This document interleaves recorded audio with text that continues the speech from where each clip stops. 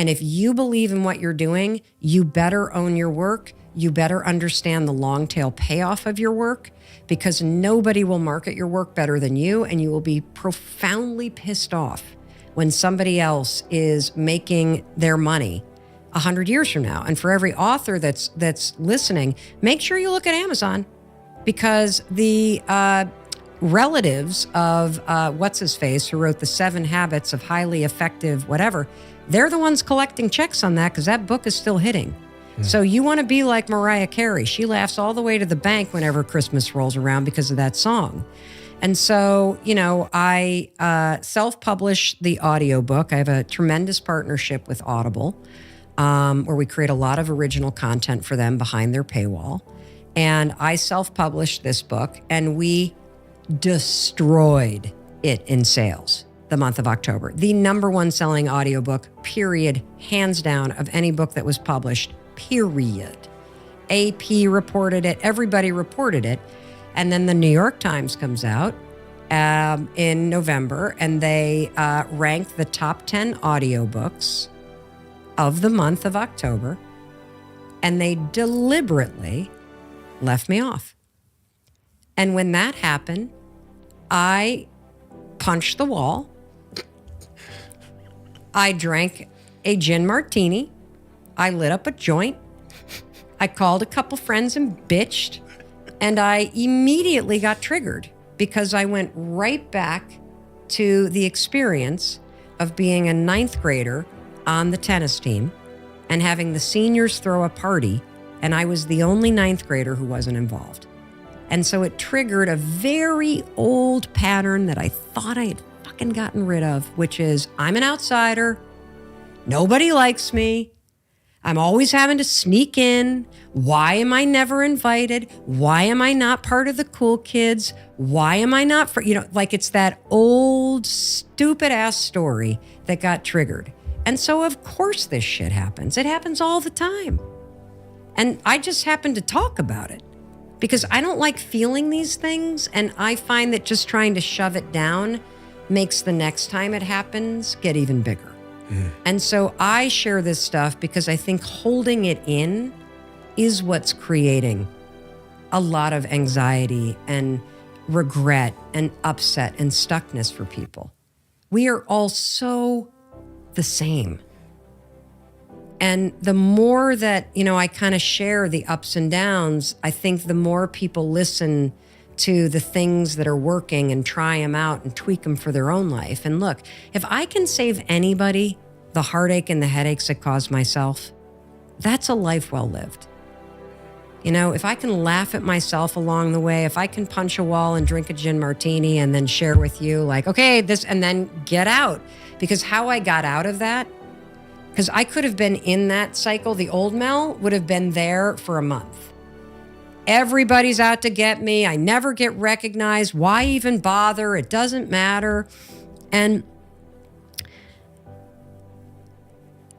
it allows me to share in real time that I feel all the shit, but I don't like to stay there. And this is not toxic positivity. It is important when you're disappointed to allow yourself to feel disappointed.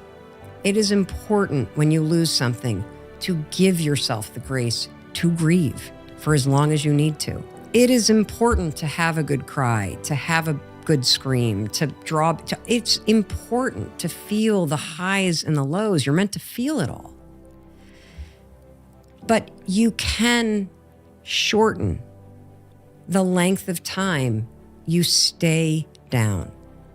And what always helps me, it's something that, I developed when the 5-second rule launch was coming off the rails, is I just kept saying what I've said a couple times during this. I say to myself, I refuse to believe that if I'm a good person and that if I'm working hard, I refuse to believe that this doesn't work out. I refuse to believe that I'm not going to be okay. Like, I know that this moment's going to pass, and I know that I will look back on this moment 5 years from now, and I'll see exactly what I was meant to learn. And what I was meant to learn, I already know. is that I have got to once and for all stop looking for validation in old institutions. If I truly want to be an artist on my own terms, don't even pay attention to that shit, because it doesn't matter in the world that we're living in now. It doesn't matter if you really want to make impact, because the person that's struggling is the person that you want to reach, not the person that's deciding who gets on some stupid list that's printed in a paper. And redirecting your focus to what actually matters.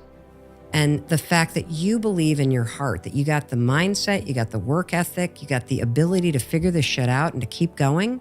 And that eventually, if you do, what's meant for you is going to find you. You will be rewarded for all this in the way that you're meant to be rewarded. That's amazing. It's an amazing feeling because you can pick yourself up no matter what happens. Beautiful compliment, and thank you for saying that. I really appreciate it, and I can hear it.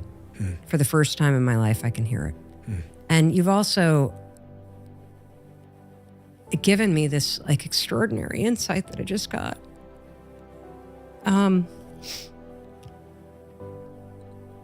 So you asked me in the beginning, kind of, what is it that created all of this insight or this drive to figure it out? And I think I just figured it out. You just fucking did it. I just figured it out. I spent so long being dysregulated, having a nervous system that was constantly on edge, like what it felt like to be me any moment in my life, whether I was sitting in a classroom or I was sitting at that law firm bait stamping, or I'm sitting as a young mom with postpartum depression, or I'm sitting in yet another job I don't like, is it felt like being in a car at a stoplight that had a green signal and the emergency brake was on and the gas was floored and I was going nowhere.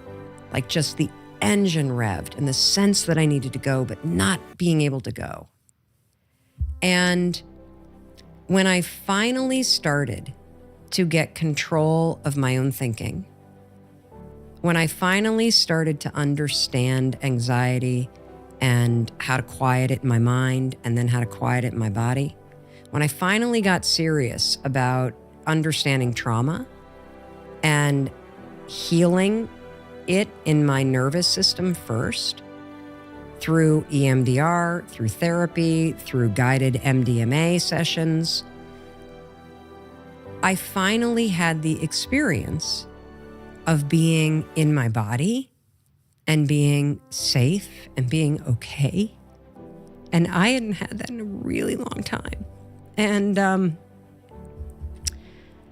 I'm so aware of when I'm not in my body now. I'm so aware of when my nervous system starts to go on edge that my tolerance for staying there is zero, because I lived for far too long feeling on edge, anxious, dysregulated, self-loathing. That when I dip into that space, and everybody, you dip into that space once a day, if not, like I used to live there. And so when I start to dip into that dysregulated, anxious, on edge, intense space, it's like, get this out of my body. We got to get back into my new default, which is grounded, centered, in control of what I'm thinking, what I'm going to do next. And it's a fluid situation. But you just gave me the insight as to why it's so quick for me now. Because I've made a commitment to myself that after spending 30 years that way, 40 almost, that I don't want to live another year that way, another week that way, another full day that way. Now, do I have things that happen in my life that are tough, that put me into a mode where I'm anxious and on edge? And of course. Do I disassociate when I get really awful? Of course. But I now have the tools to bring myself back into my body to give myself the encouragement, the assurance, the support that I need so that I can face whatever's happening and know that I'm not only going to be okay, I'm actually going to be awesome eventually.